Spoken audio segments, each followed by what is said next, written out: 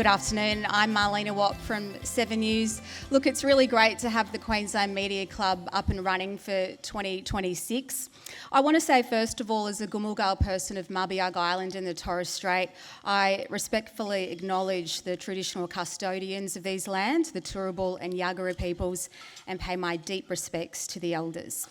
I will be introducing our speaker for today, the Honourable Tim Nicholls, Queensland Minister for Health and Ambulance Services. Minister Nicholls will update the club on the Crisafulli Government's hospital rescue plan, working to deliver expanded hospital capacity, improved emergency access, reduced ambulance ramping, and a workforce plan to strengthen frontline care. Having begun rollout, Minister Nicholls will further detail plans including changes to hospital infrastructure, services and growing the workforce. Before we invite the Minister to the stage, some background. Tim Nicholls has been the Health Minister since the Crisafulli Government was elected in October 2024. He has also served as the member for Clayfield in Brisbane's North since 2006. A former solicitor and Brisbane City Councillor, he was Treasurer and Minister for Trade in the Newman Government between 2012 and 2015 and Leader of the LNP opposition between 2016 and 2017. Tim lives in Hendra with his wife Mary and 3 children, and we look forward to hearing from the Minister today. Please join me now in welcoming him to the stage.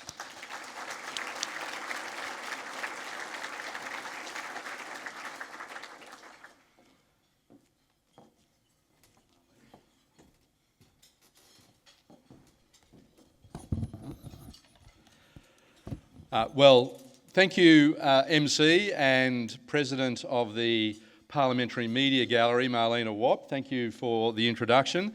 And I spoke to Marlina just before she was going to introduce me, and I said, I hope you're not reading from a very, very old bio of me.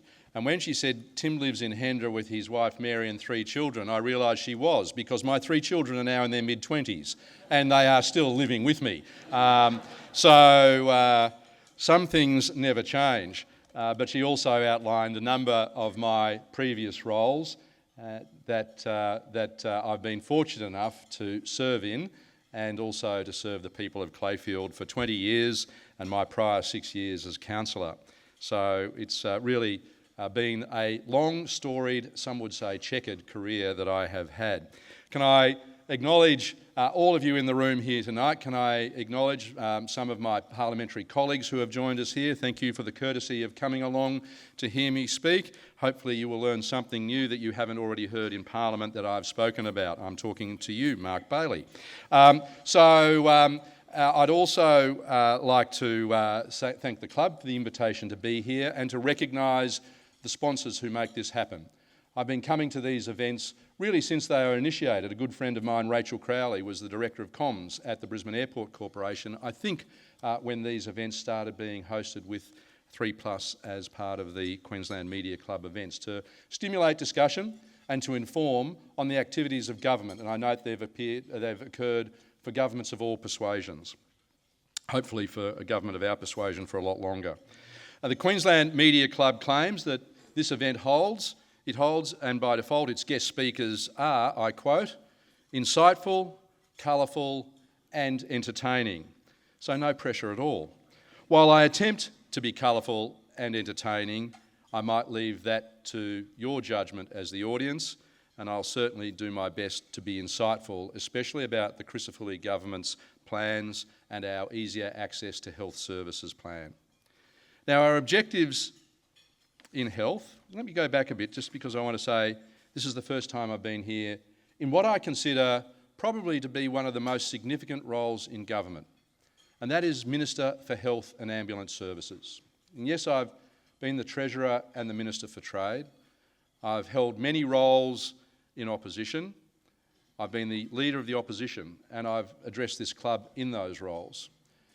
But as Minister for Health and Ambulance Services, as I've learnt over the last 14 months, you realise just how much health and ambulance services plays in the life of Queenslanders. And as I often say, from Currumbin to Cape York and from Brisbane to Baduri and beyond, all of us will be touched in some way, shape or form by the services that Queensland Health offers, whether it's you, whether it's a family or whether it's friends, whether it's needing medical services or calling an ambulance or dealing with bereavement or any of the myriad of other services that Queensland Health offers.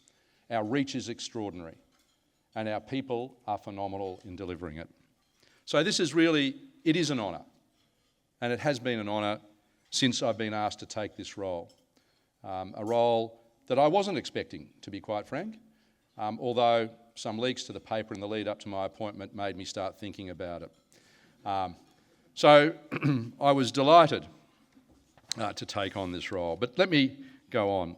Our objectives in health, our government's objectives in health, are driven by two things: knowledge of the condition of health services, infrastructure and workforce in particular in Queensland after a decade of the former Labor government, and our passion, if you like, our motivation for investing in what's needed to improve health outcomes for Queenslanders now and for the future, beyond 2032.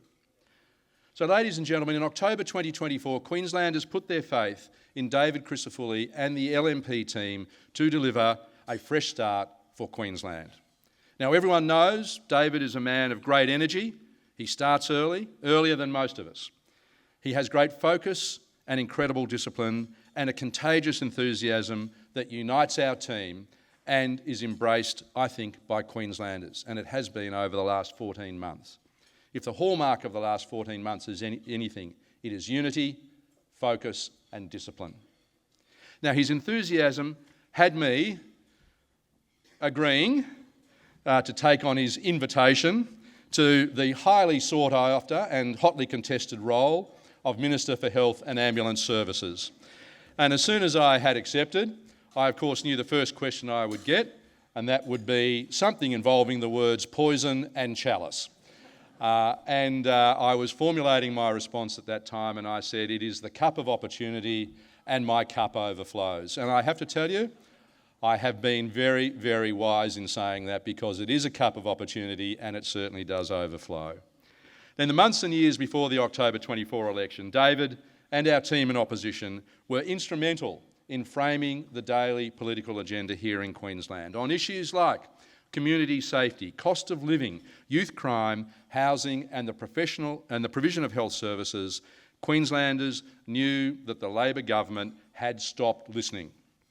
And our commitments to Queenslanders before the election were built on what they had told us, on our shadow community cabinet meetings as we travelled the state, on the town halls in relation to the provision of health services, on crime, on youth crime, on law and order, in coffee shop conversations, in everyday conversations across the state. The message was loud and clear. They wanted us to restore safety in their homes and for their businesses. They told us they wanted us to restore world-class health services, to provide the care everyone will need at some time in their lives. And it was clear that their faith in Queensland's public health services and our public health system had started to dissipate during the previous 10 years. We had a revolving door of health ministers, 4 in the last 10 years, 2 in the last term alone. Ambulance ramping numbers were increasing. It was making the news more and in the papers almost every day. And we had a record number of Queenslanders waiting for life-changing elective surgery. Labor's health crisis became an often used description in the media, based on the undeniable evidence like ambulance ramping statistics, which showed ambulance ramping had accelerated between 2015 and 2024, more than tripling. It was 15% when Labor took office in 2015. By March 24, it had reached a record quarterly figure of 45.5%. Now, while this metric will continue to fluctuate, I'm pleased to say that under our watch, it is now trending down. And the most recent quarterly number is 37.3%. It's the biggest drop in a decade, and it's the lowest number in a half a decade, since December 2020. And the Premier and I stood up and made that clear on Sunday.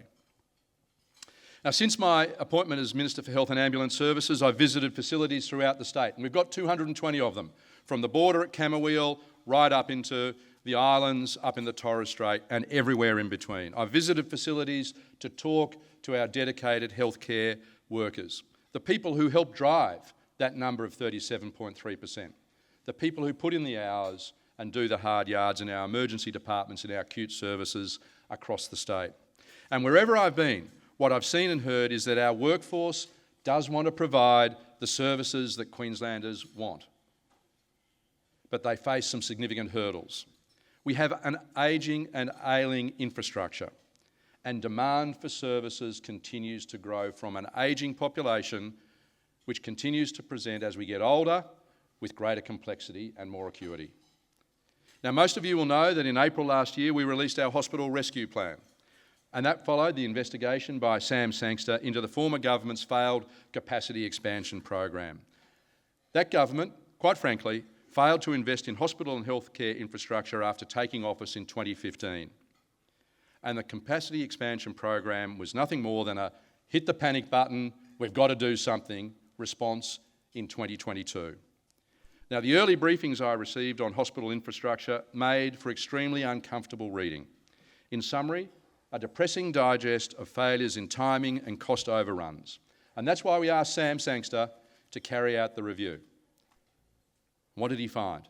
The CEP was too late, underfunded, and followed, as Mr Sangster says in his report, somewhat diplomatically at the time, limited new or expansion capital allocated to health over prior years. Now, once he'd cast aside the diplomatic language, he said, and again I quote from the report, "In each case, continuing with the currently scoped and programmed projects is an exercise in futility." Now, we may do many things, but continuing exercises in futility is not one of them. It became apparent, with eyes focused only on an election outcome, the capacity expansion program was, as had been described by Infrastructure Partnerships Australia, little more than a mirage of media releases. Simply put, it was never going to deliver the beds and the services that Queensland is going to need. Examples of poor planning decisions were numerous. In Toowoomba and Bundaberg, costly ageing facilities were going to be kept operational, not only while the new buildings were being built, but once those new facilities had been built anyway. So, taking the advice of clinicians and staff, now both cities will have single campuses, all services, all staff, all sensibly in one location. The huge void we discovered between undeliverable promises and the health needs of the community was the catalyst and the motivation for the government's hospital rescue plan. And in our 25-26 budget, we addressed Labor's $7 billion in budget blowouts. And we fully funded the $18.5 billion hospital rescue plan. We now have a credible, fully funded path for delivering new and expanded hospitals and more than 2,600 new beds for Queenslanders across the state. And one of the key differences in our approach compared to our predecessors is simple: to listen to the clinicians employed at each of the locations about their needs, about their patients' needs, rather than imposing a top-down, cookie-cutter approach in the interests of generating headlines rather than making sure proper healthcare can be delivered. In December last year, the Hospital Rescue Plan reached another major milestone, with master plans finalised for key hospital and health projects across the state and timelines, much more realistic timelines I might say, to deliver the extra beds Queenslanders will need. Fresh master plans have now been finalised for brand new hospitals in Toowoomba, at Coomera and at Bundaberg, as well as expansions in Cairns, Townsville and Redcliffe, and work is progressing at pace across other hospital sites across the state. In Cairns just 2 weeks ago, I announced a more than $1 billion master plan for the redevelopment of the Cairns Hospital. It sets out a clear roadmap to expand and modernise that hospital on the Esplanade there in Cairns. Not only will it do that, it will revitalise a significant portion of the Cairns CBD, It'll remove an old pub where patients used to go in their smocks to get beers, have a smoke, put money through the machines that no one was prepared to tackle. We're going to fix it. Clinicians have been after us to do that for over a decade. We're taking the steps to do it. It will deliver improved weather resilience. Yes, it's on the foreshore. We need to deal with the effects of the storms, the cyclones that come through. And we're going to partner with research and training institutions like JCU to provide education and research facilities in one location. A new cyclone-rated rooftop helipad will accelerate access to the emergency department and life-saving care. I don't know if you've been to Cairns. If you've walked along the esplanade there, you'll see there's a helipad there, and it's got a fence, like a pool fence around it, but it's not enough. So now there's temporary fencing that's another 10 metres out on the esplanade where people go for a walk in the morning. It's been condemned by CASA. If you get a 7.5 tonne helicopter coming in hot, hard and fast with patients on board, it's not suitable. So it is urgent that we fix that helipad. It is urgent that we provide the funding to enable that helipad to get access into the emergency department, and we are working on fixing it now. It is the biggest single investment outside of roads by a government in far North Queensland's history. That's the size of the investment that the government is making in far North Queensland. Now, from day one, I've said it's important to take the time to carefully and methodically, and I want to take issue with the Treasurer on this, because I was saying it well in advance of him, but nonetheless, carefully and methodically plan these major projects to ensure we leave a lasting legacy through sustainable infrastructure that caters for staff, clinicians, patients and families, and to avoid the feast or famine mindset of the past that was called out in Sangster's report. I've already mentioned a couple of our other projects. In Toowoomba, where we're building one campus, early works are nearing completion. 2.5 weeks ago, Trevor Watts, who's here today, the member for Toowoomba North, the Premier and I stood on the site as the last slab was being poured there. There would have been 150 men working on that site, fixing steel, getting ready to pour that slab, which is now in the ground. Early works continue on that site, and we're getting ready to move into main works construction. Stage 1 complete in 2029 with 538 new beds and an 84-bed acute mental health unit that had not previously been planned for, expanded maternity services, and we're also putting in a multi-storey car park because modern hospitals need car parks these days. At Coomera, the previous government ignored the recommendation from the Gold Coast Hospital and Health Service for a 600-bed facility. We are now planning for that 600-bed facility. We're also including things that have been left out of the previous plan, like a pharmacy, pathology services, and who would have thought, an outpatients department. Main construction will be commencing in the second half of 2026. 400 beds will be, with 400 beds, and expanded and acute specialist services will be delivered in 2031. The remaining 200 beds will follow in 2032. And at Bundaberg, again, we are overturning the poor decisions of the past that would have seen 2 campuses, including the old hospital in a flood-prone area, and we're putting them all on the new facility site, and we are providing the funds for the early works that are well underway, with bulk earthworks and civil works currently in progress.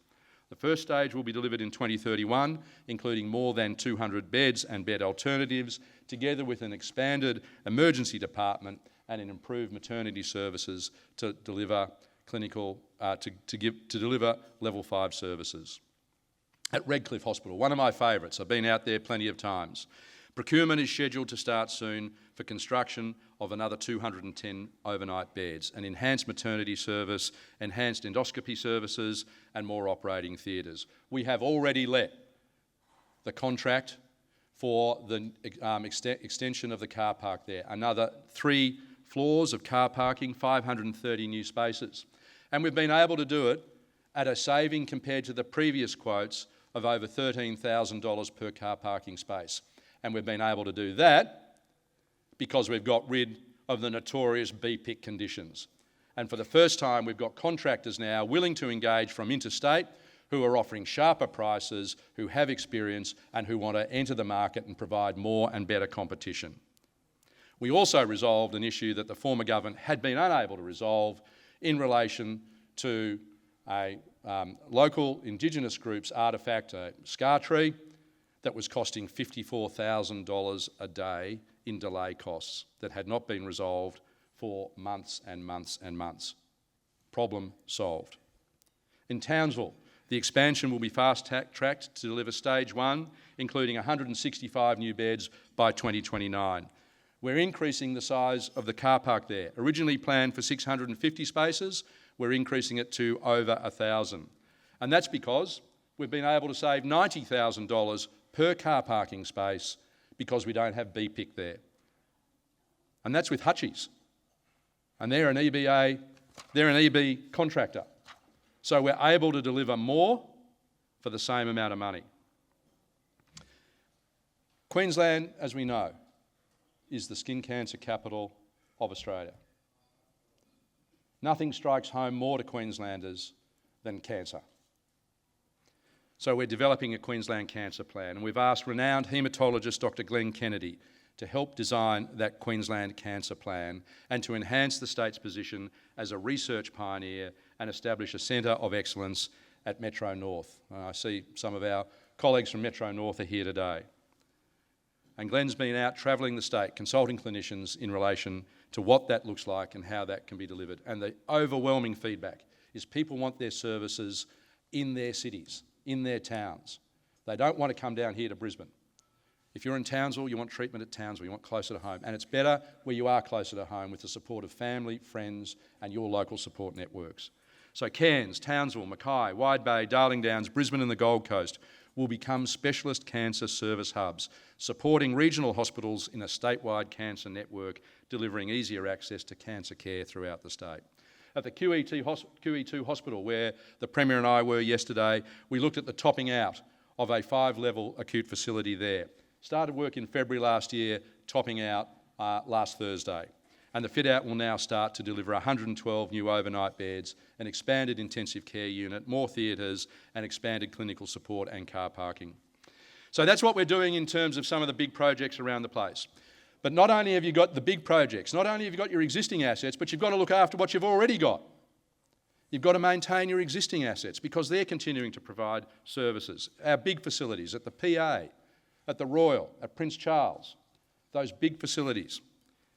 So alongside the exposure of the undeliverability of the hastily cobbled together, and I think frankly borrowed from Victoria, big build program, we read and were shocked by the Queensland Independent Audit Office's report, Health 2024. It's a report on Queensland Health's performance up to 23-24 and in the previous decade. And that report laid bare Labor's record of failure in financial management and sustainability, asset management and managing demand for health services. And that publicly released Auditor General's report highlighted the failure of the previous government to invest during their decade in office in health facility repair, maintenance and replacement. So not only did we face the fact that new hospitals were underfunded, those that we had weren't being funded to be maintained and to be looked after. According to that report, Labor left health facilities across the state in need of $2 billion of maintenance and repair. Now, these aren't my figures. These aren't Mr. Sangster's figures. These are the Queensland Audit Office figures. Under Labor, maintenance and repair budgets for Queensland hospital assets was called the Sustaining Capital Program, SCP, Sustaining Capital. We added a review of that program to the work that Sam Sangster was undertaking. And supposedly a program with a budget allocation specifically for repair and maintenance of hospital assets was not. In reality, the allocation was frozen for a decade at the 2010-2011 funding level, and it was treated by the former government as a kind of magic pudding, diverted into headline-grabbing pet projects, effectively robbing Peter to pay Paul, and in the meantime, shortchanging Queenslanders on the delivery of services. It froze that funding on $30 billion worth of assets. But then it siphoned it off on projects, again, designed for headlines in marginal seats or to cover shortfalls. One example, the $129 million Ripley Satellite Health Centre subacute expansion. It was funded by critical dollars meant to sustain Queensland's ageing health facilities rather than being properly funded through the budget. Again, there were major blowouts in that facility. and that needed an additional $44 million, which was ultimately funded in our budget. In our 2025-26 budget, in contrast, we provided $3 billion for what we've called Timely Investment in Infrastructure and Maintenance Program, the TIM program, uplifting the base capital allowance and paying for committed but unfunded projects. So they were on the drawing boards, but they had no money behind them. Now, Queensland Health has a transparent, data-driven framework for planning capital maintenance and sustaining those assets. Now, that may be just a bit of a hangover from my previous life as a bit of a budget hawk as Treasurer, but the reality is, from a government perspective, from what you see, if we are accounting for it properly, it supports more robust and defensible budget submissions to Queensland Treasury. I know from the other side of the fence. But how does this help improve our hospitals' performance?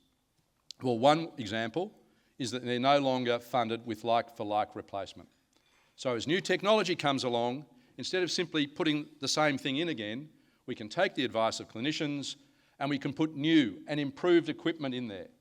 We can improve the delivery of services by having a fund set aside to deliver that. So, restoring neglected infrastructure and services and delivering 2,600 new hospital beds, these have been our key motivations over the last 14 months, and they remain our key motivations as we deliver the Hospital Rescue Plan and more investment in our facilities. But facilities are only one part of the story. Building the facilities is really important. Having the beds is really important. Having the equipment, the hybrid theatres, the CTs and the MRIs is really important. But none of it works if you don't have the workforce. So that's the second part of what we're dealing with. Our aim, put simply, is to build the hospitals and to fill them with the clinicians that they need. Build and fill. That's what we'll be doing over the next 3 years, with clinicians, I might say. And in doing the clinician part of it, the workforce part of it, I have two major goals. Releasing and implementing a system-wide workforce rescue plan. We've got the hospital rescue plan, now we need a workforce rescue plan. And the second goal I have is to give clinicians a meaningful voice in hospital decision-making. Having a workforce with a bigger say in how their hospitals are run is a core priority of our government. Results from a recent survey of our medical workforce, and in fact we'll be releasing some information about that a little bit later on this afternoon, has shown that just under half, about 49%, of the doctors who participated in that survey, and we had a pretty good uptake, participated in that survey are at risk of burnout. The job's getting tougher. The demands are getting greater. So that's good information for us to know. Interestingly, but perhaps not surprisingly, while rural generalists were among the specialties with the highest rate of burnout risk, rates of professional fulfilment there were 10% higher in rural locations compared to metropolitan regional services. Nick Steele from Metro North, you've got a job to do. So, but what that tells us, what that backs up is what I hear on the ground as I travel through regional and rural and remote Queensland. The clinicians in our rural facilities love what they do for their local community. They're invested in it. It's their community. They speak to the people in the street when they're going to the shops. They see them on a day-to-day basis. And they have a more direct say in how their facilities are run. But we know we need more of them. We need more of them to manage a growing demand for services in rural Queensland. And this has been a major focus of ours over the last 14 months as well. This year, we welcomed the largest number of graduate doctors in the state's history. We won the state of origin. We had 931 graduate doctors start in our hospitals in February this year. That is a tremendous achievement. And what that tells us is that Queensland is once again becoming an employment destination of choice for medical professionals. We are attracting them, we are training them, we know we need more to do. And it speaks volumes to our reputation, to the reputation of our hospitals and the opportunities we provide early career doctors. But there's much more that needs to be done to overcome past underinvestment in health workforce needs.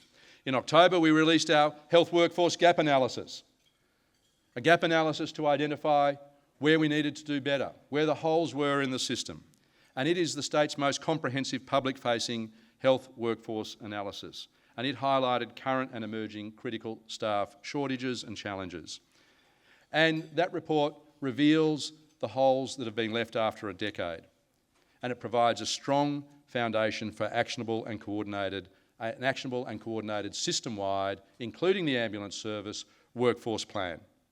We'll be releasing that plan later in 2026. More than 700 responses were received during the public consultation process, and importantly, our health professionals told us the gap analysis aligns with their experiences on the ground. So what we were told, what our analysis showed us, reflected what we were being told. So we are now working on delivering a strategy that invests in a homegrown workforce and that will train, hire and retain, importantly retain, clinicians needed for the next decade. And we know that younger doctors, if they are exposed to care and to life in regional and rural areas early in their training, are far more likely to return to those regional and rural areas. Effectively, to grow your own, and to grow them in places like Rockhampton, to grow them in places like Cairns, to grow them in places like Bundaberg. And these are all significant steps: the gap analysis, the workforce plan, the workforce survey, and the initiatives that we're undertaking to grow our workforce by 46,000 professionals by 2032. To put that in perspective for you, I know I'm throwing lots of numbers around. It is health. It's the biggest. 135,000 people is our current establishment at Queensland Health. That's how many people we employ every day in Queensland Health. We need another 46,000 by the time of the Olympics. We have to find those people, we have to keep who we have, we have to make sure they're well trained, and we have to make sure they're not all here in the southeast corner. That the maldistribution that we see, that the gaps that we see in rural, regional and remote Queensland are filled. When we put all this together and we release it, we will have our workforce rescue plan. Now I want to touch on a couple of other things just briefly.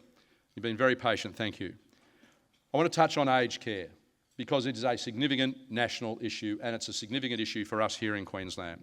And while the states have been negotiating the National Health Reform Agreement, which sees the biggest transfer under agreement of funds from the Commonwealth to the states, it's our single biggest intergovernmental agreement transfer of funds, over $7.5 billion each year.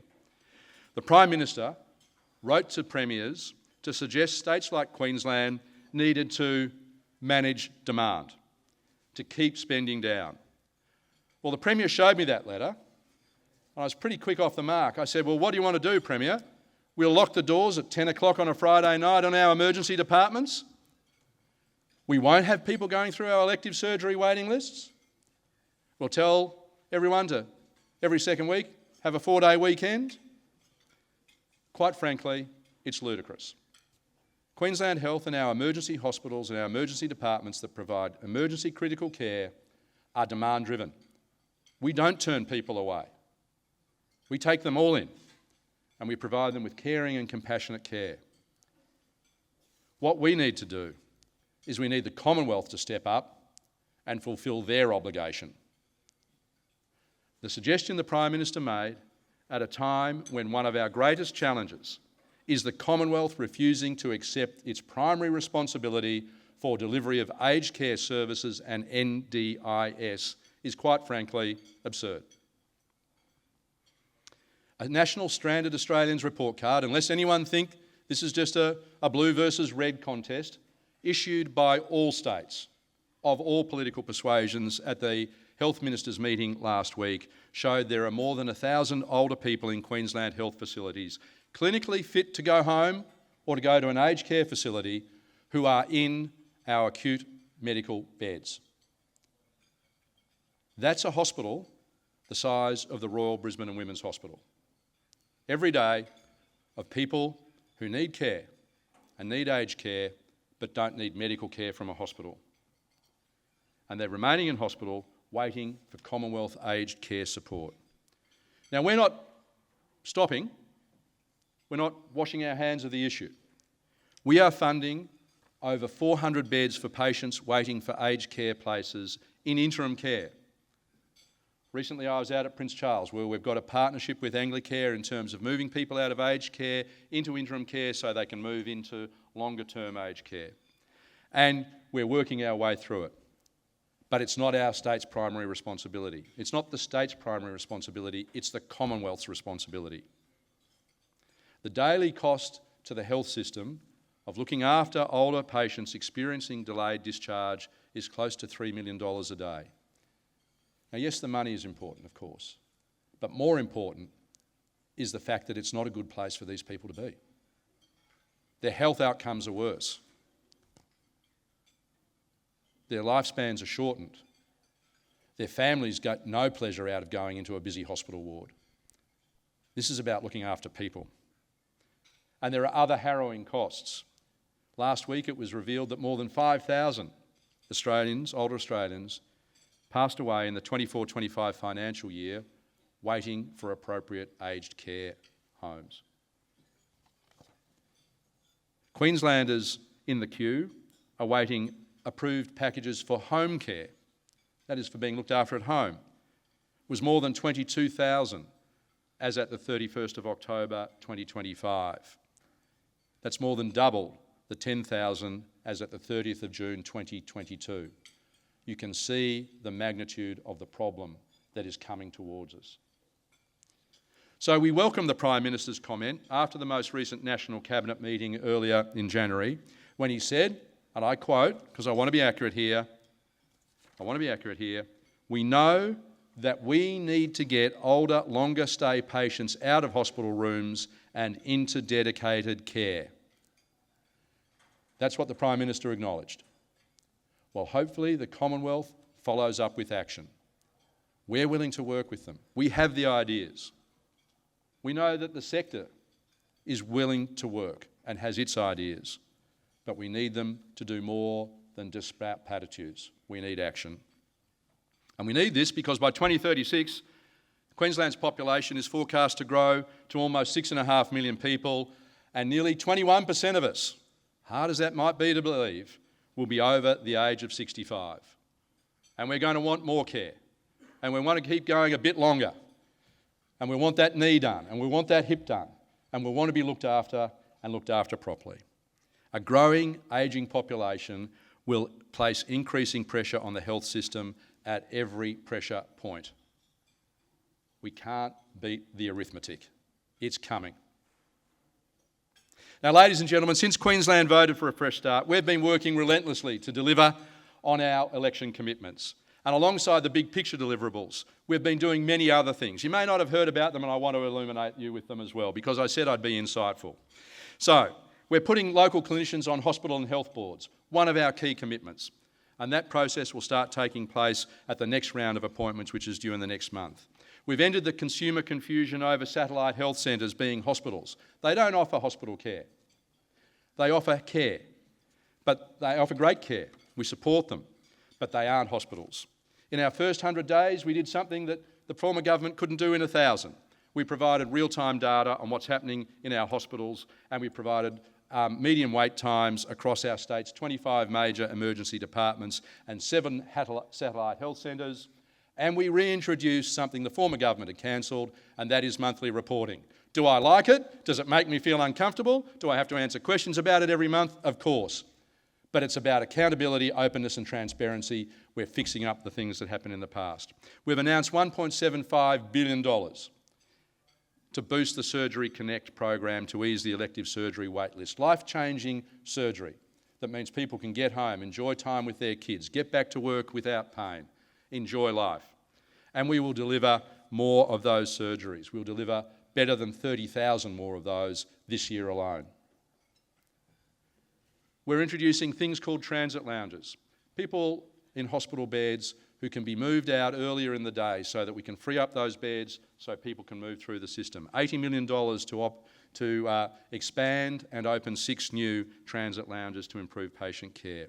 We've provided an additional $350 million from the mental health levy to expand mental health services, including youth mental health services, 2 new 6-bed acute units, step-up, step-down units, I should say, one in Rockhampton and one in Townsville. We're putting 30 perinatal mums and bubs beds around the state, Cairns, Townsville, Brisbane, Sunshine Coast, Logan and Ipswich, as well as new renal dialysis going into Longreach and Emerald. We're delivering 9 extra CT scanners, 6 new MRI scanners across the state. We've introduced an e-consultant service helping regional and rural GPs access specialist service so they don't have to send them to Brisbane to go onto a wait list. They can get emergency specialist service over the line to help their patients in rural Queensland. And for the first time since 2008-2009, we've put an extra $1 billion into the Queensland Ambulance Service to deliver more vehicles, more paramedics, more equipment and more ambulance stations across the state. Only on Monday, we introduced a new Queensland paramedic role, a rural paramedic, someone who can be employed by an HHS, but is a paramedic who can drive an ambulance in those rural, regional and remote areas. If you're out at Julia Creek, if you're out at Richmond, if you're out at Blackall, where we can do that. And I want to thank our partners in doing that. It hasn't been easy, but everyone's been willing to give a bit to get a bit. And it's been worthwhile, and that will change the face of delivery of health services in rural and regional Queensland. And just before coming here today, earlier today, so this is the second bite at the cherry for the media teams, we announced an $8.5 million Queensland Ambulance Service clinical hub at the Kedron Emergency Services Centre. We've more than doubled the number of desks, phones and screens that are available there. And you might say, well, what's that mean? What's a clinical hub? Well, that's when you ring 000 and you might not need an ambulance. You think you might, but in fact, you may be able to be served by being referred to a primary health network. You might be better served by being referred to social supports. It might be a mental health issue. And in fact, that hub, in the first 6 months of this financial year, has diverted 33,000 people away from our emergency departments. That's 33,000 fewer ambulance calls that have to be made, meaning the ambulances are available for critical care, someone having a stroke or a heart attack or major trauma.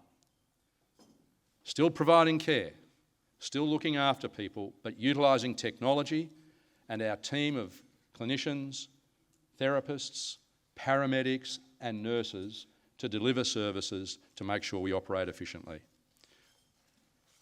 Ladies and gentlemen, I don't know whether you've found me to be colourful or entertaining.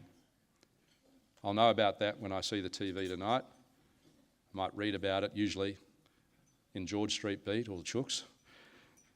But I've endeavoured to meet the brief to provide you with insights into what we're doing, what has guided our decisions, our motivation for our fresh start for investments in health services as part of our record $33.1 billion investment in the budget this year alone.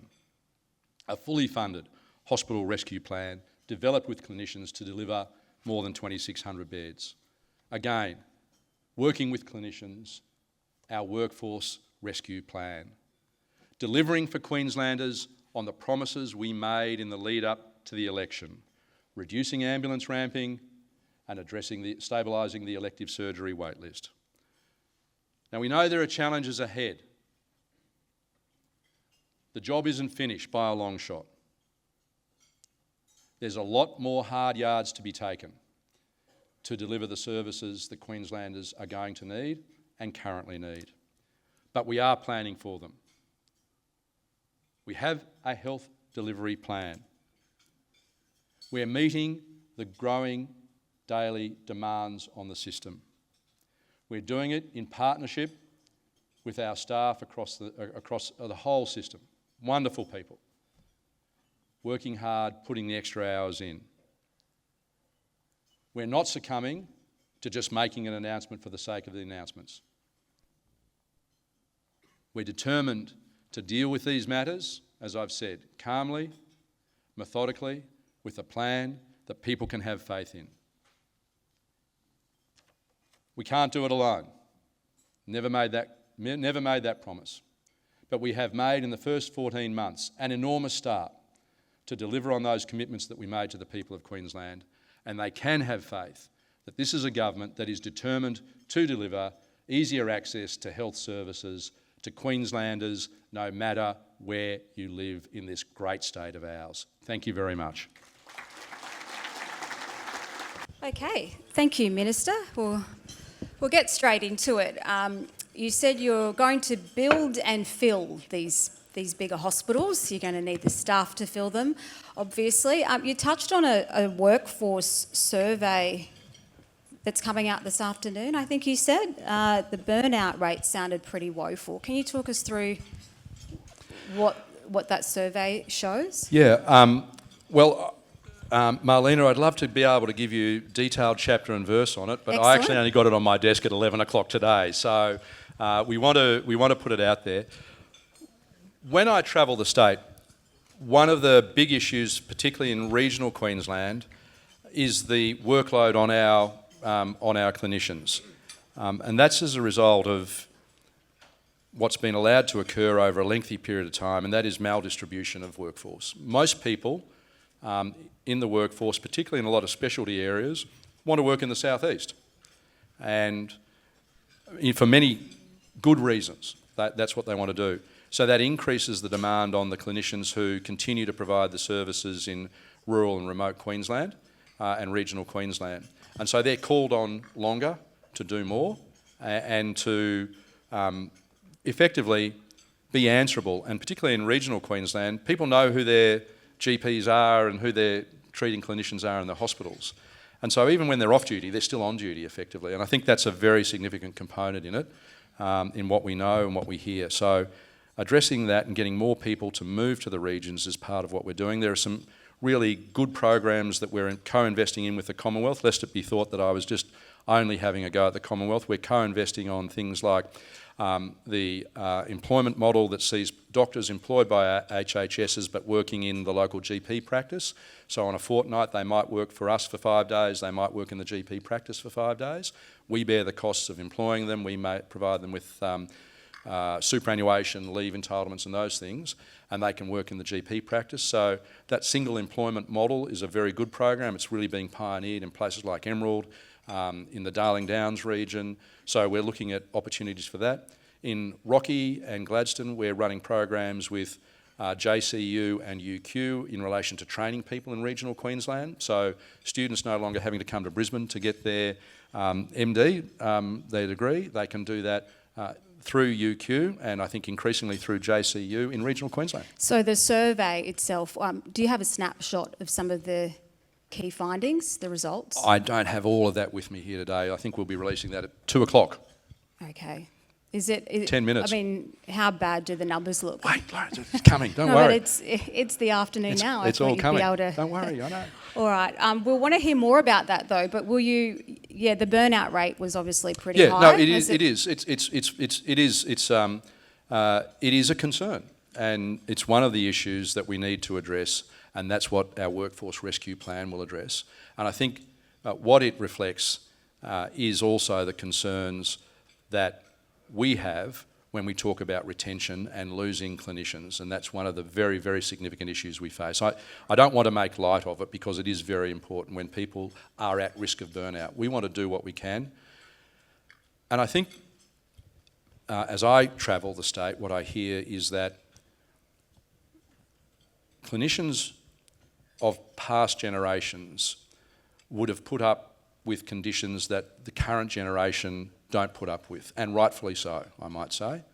I reflect back on my time as a junior lawyer, and everyone goes around saying, oh, it's not as tough as it was in the old days when I was there, and I think, yeah, and it was pretty miserable, so why would you want to do that? You want to actually improve the conditions, you want to make it better for people, and that's what we're looking at doing. Okay, thank you. All right, I'm going to throw to my colleagues at the back of the room there. We have a microphone. Going back to the build side of the build and fill line, just wanted to confirm that all the master plans have now been finalised for all projects. So I think master plans for all bar Mackay, I think, Taylah. So there's still work on Mackay that's being undertaken in relation to that master plan. That plan has some, or that site has some difficulties, including some local cultural not problems, but local cultural indications that need to be resolved, as well as some asbestos and ground soil problems that are currently being resolved, and also the car park there, and we're working, the first order of business up there will be the car park because of the parking situation around the Mackay Hospital. Great. So will you commit to releasing a document once that master plan is finished that shows the full sequence for all the hospital builds and what money has been allocated to each project? We've allocated an additional $7 billion in last budget, which will bring $18.5 billion over the forward 4 years for the delivery of the hospital rescue plan. Now, each of those projects has commercial confidentiality around them. We're going to market to tender on some of those. So as you would expect, we are going to be somewhat careful about the information in the market to ensure that we get the best value for money that we can for the Queensland taxpayer, which was another commitment we made, and that was to respect your money, including yours, Taylah. Hi, Andrew from The Guardian. I might ask you about that workforce survey again in 7 minutes when it's released, but for the moment I'll ask you I know I shouldn't have put that in the speech. So on another subject, your government's ban on gender-affirming care turned a year old a couple of weeks ago. Ever since you made it, you've had a blizzard of litigation, and you've already lost in court once. There are numerous other challenges. Is the government considering legislating the ban?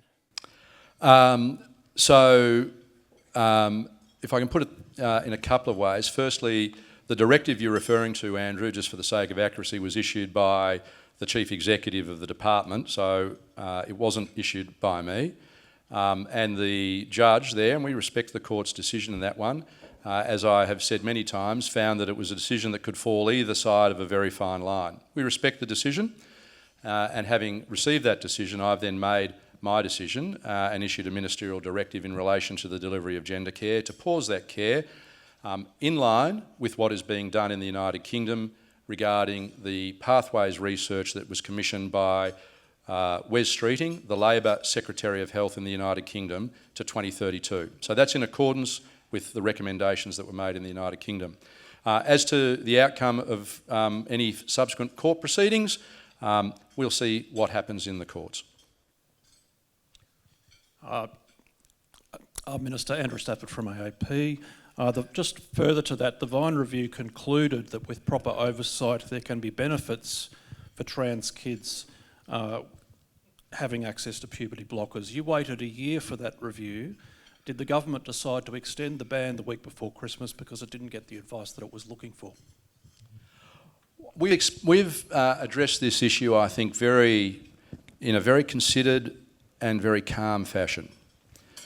We need to go back to how this started, and that was within 2 weeks of being appointed to the role, reports surfaced in relation to the delivery of particularly hormone therapies to children as young as 12 who hadn't provided either parental consent or were unable to provide what's known as Gillett competency. And the Part 9 inquiry into the delivery of those services found that they had been undertaken for more than 2 decades without adequate supervision or proper clinical pathways.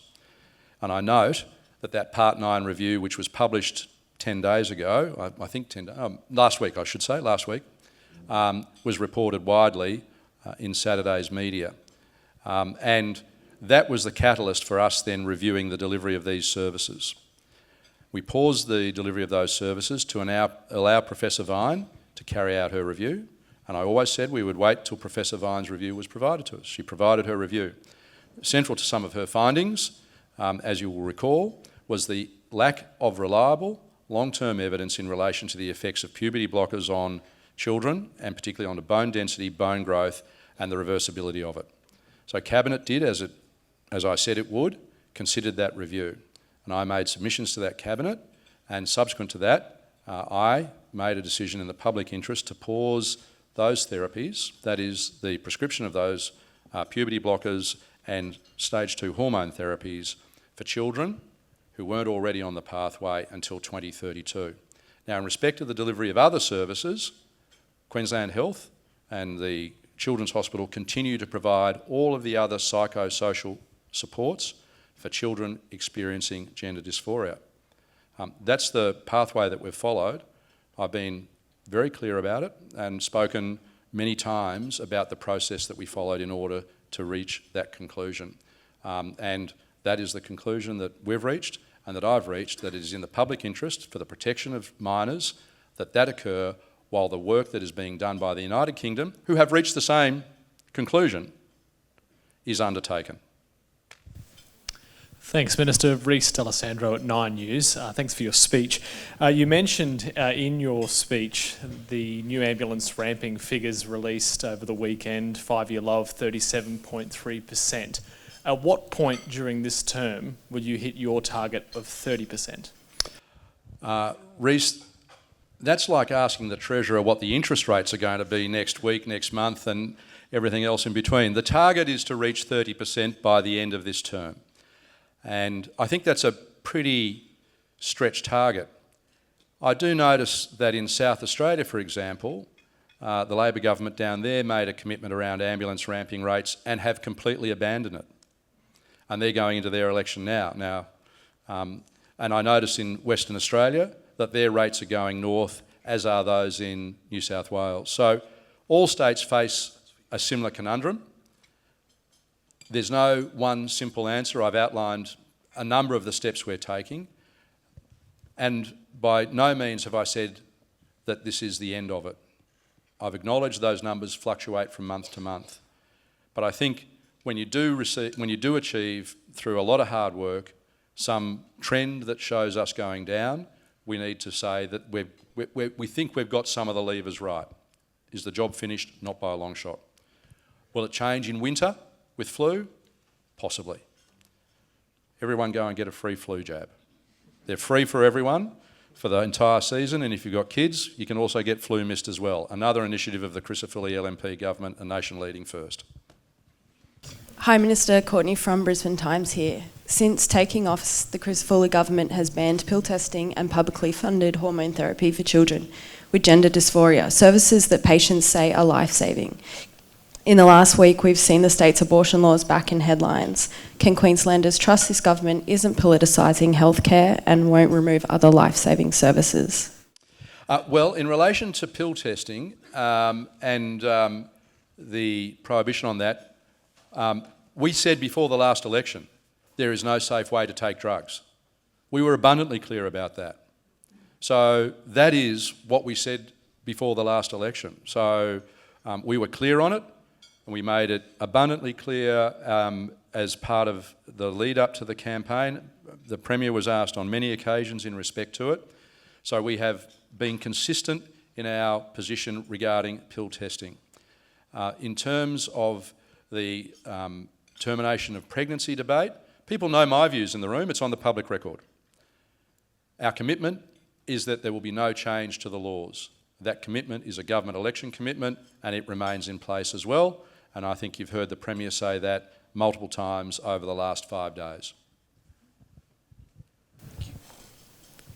Hello, Minister. Jack Mackay from the ABC. Hi, You spoke about the free flu jab before. Last year, the vaccination rate for the flu in Queensland was 28%. Were you comfortable with that vaccination rate? And secondly, will you be getting the flu jab this year, and would you encourage the Premier to get the flu jab? Thanks, Jack. No, I wasn't comfortable with it, and that's why we've taken steps to address a number of the issues that were identified and that have been building up over a number of years. So we've seen that vaccination rate fall since COVID. It's not an unknown phenomenon that people, I'm sure many in this room, would acknowledge, and that there has been an increasing rate of vaccine hesitancy, and we need to understand what's driving that. And some of our research showed that particularly for the most vulnerable cohort, which is 6 months to 5 years, and for those 65 and over 50 in Aboriginal and Torres Strait Islander populations, but particularly for young people, there's hesitation. It's a fear of needles, and increasingly it's parents concerned about their child's reaction to having a needle. And so what we've done is investigate alternatives, and what I asked the department to do was to provide me with some alternatives, and one of those is this flu mist, and it's a nasal spray.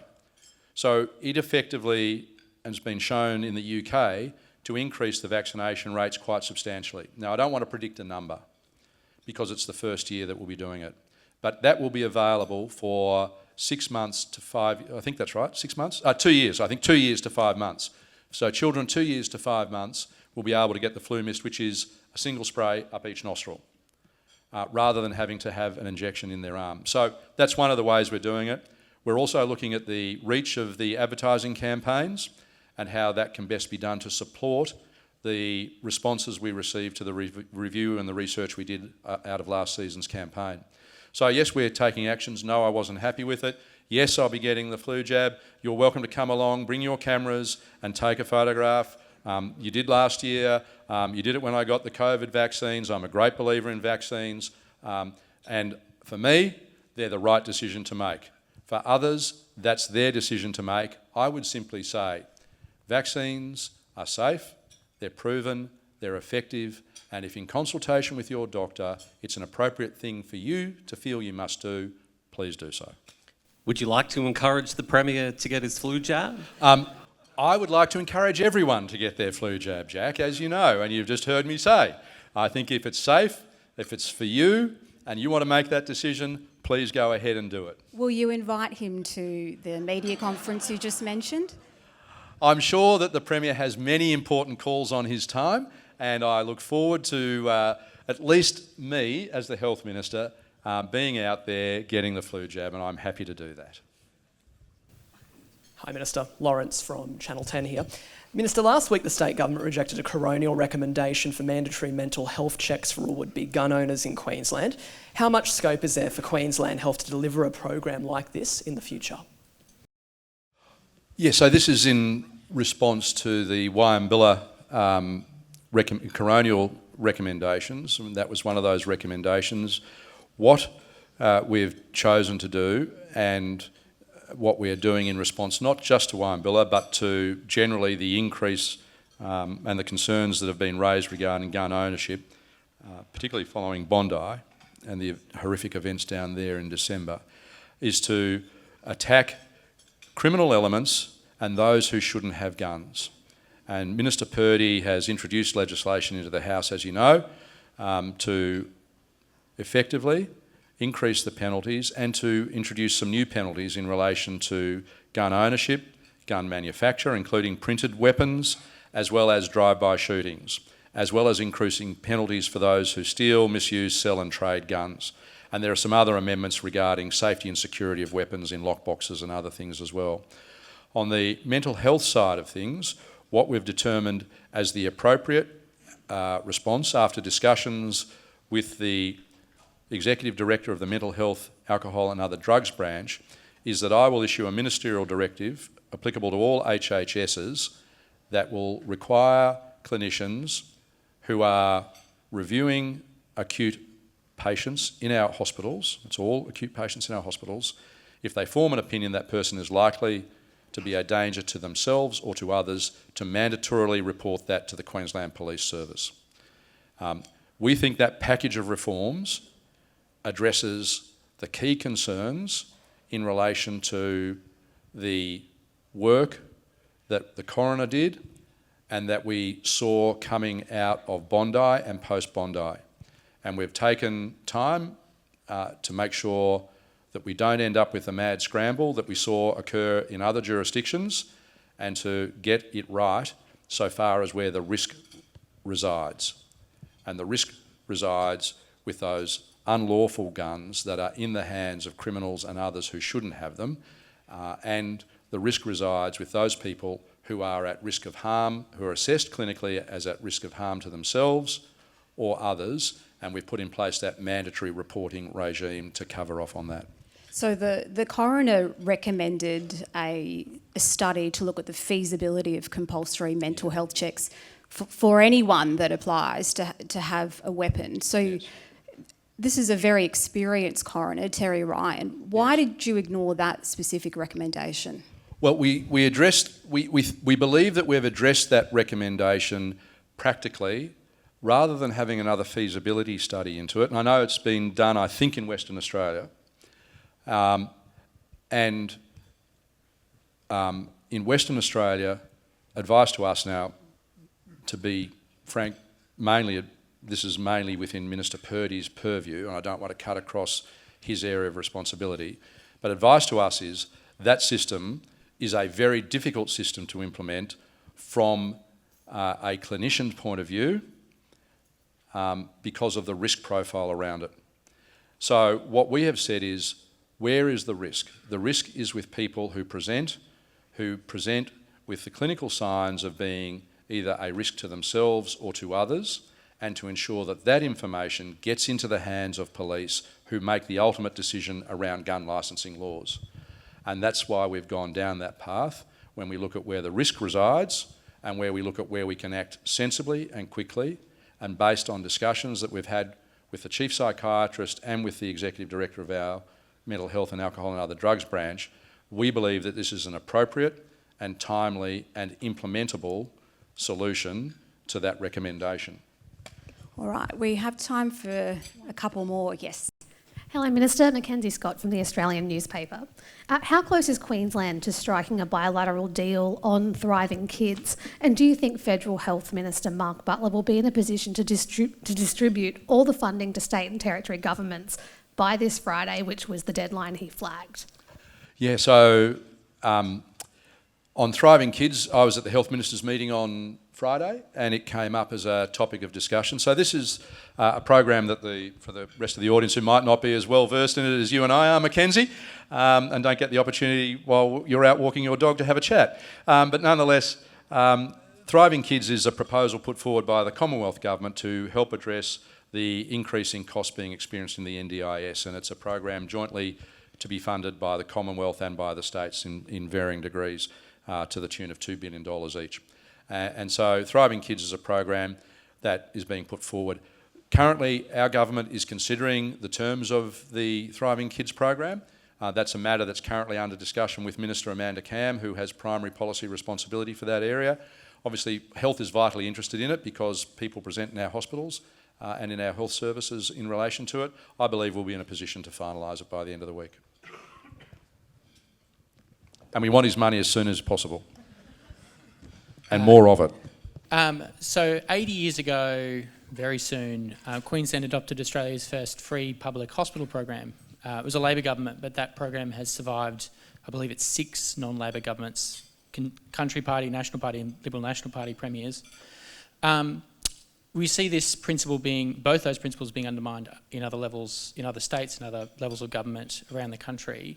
What is your view on those two principles, that the emergency services and other sort of basic hospital services ought to be publicly provided and free? Yeah, so I think it's a good question. In Queensland, we continue, and our intention is to continue to provide both free ambulance service, and we measure our ambulance service against other states where it's provided by, for example, St John Ambulance and others, and we consistently rank amongst the top, and in fact the report on government services that came out earlier ranked us very highly. So we continue to work on that. We continue to innovate. I just mentioned the clinical hub at Kedron that I was at this morning. Together also with the availability of people to be able to call an ambulance and not have to worry about looking in their checkbook or whether they're an ambulance subscriber. So yes, that continues. In terms of free public health, yes, that continues. Now we partner with others to provide that service. And we do that and have done that for a long time, for example with the MARTA at South Brisbane. And we're doing it with MARTA at Springfield, where last year we discovered that that MARTA having built a hospital and signed agreement, there was a $600 million shortfall in actually having staff in that hospital out at Springfield. So we've funded that in the last budget as well. Another gap that we found that we had to fund to ensure that when it opens in March, it will actually have clinicians, nurses and staff there ready to go. So yes, we're very keen to do it. But we're keen to work with the private sector where we can to deliver other services, as we do. So we work with other providers of CT, MRI services where we don't. We don't want to duplicate if there's a service that's already available. On cancer services, we work on those. So we deliver on those sorts of services. We partner with the private sector. The $1.75 billion for Surgery Connect is a partnership with Ramsay, with Uniting Health, with St Vincent's, with MARTA, to deliver those services. So, yes, public health remains the mainstay of the delivery of health services. We look to work with the private sector to deliver those services. Okay, one more question, then we will be ending. Reece? Thank you, Marlina. Minister, your medical workforce survey has just dropped in my inbox at 2:12 p.m.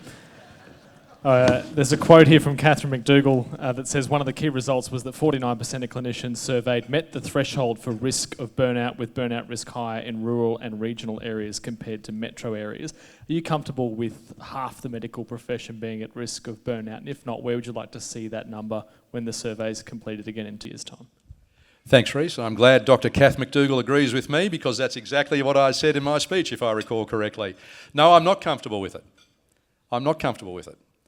And that's why doing that survey, which is the first time that it's been done to such an extent in Queensland Health, has been so important.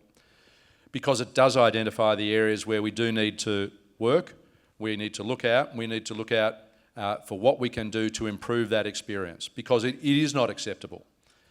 And that's why we've done such an extensive piece of work on our workforce gap analysis, and that's why we're spending the time on a workforce plan, a rescue plan, deliberately so called, because we know these are the issues that we will face over the next decade.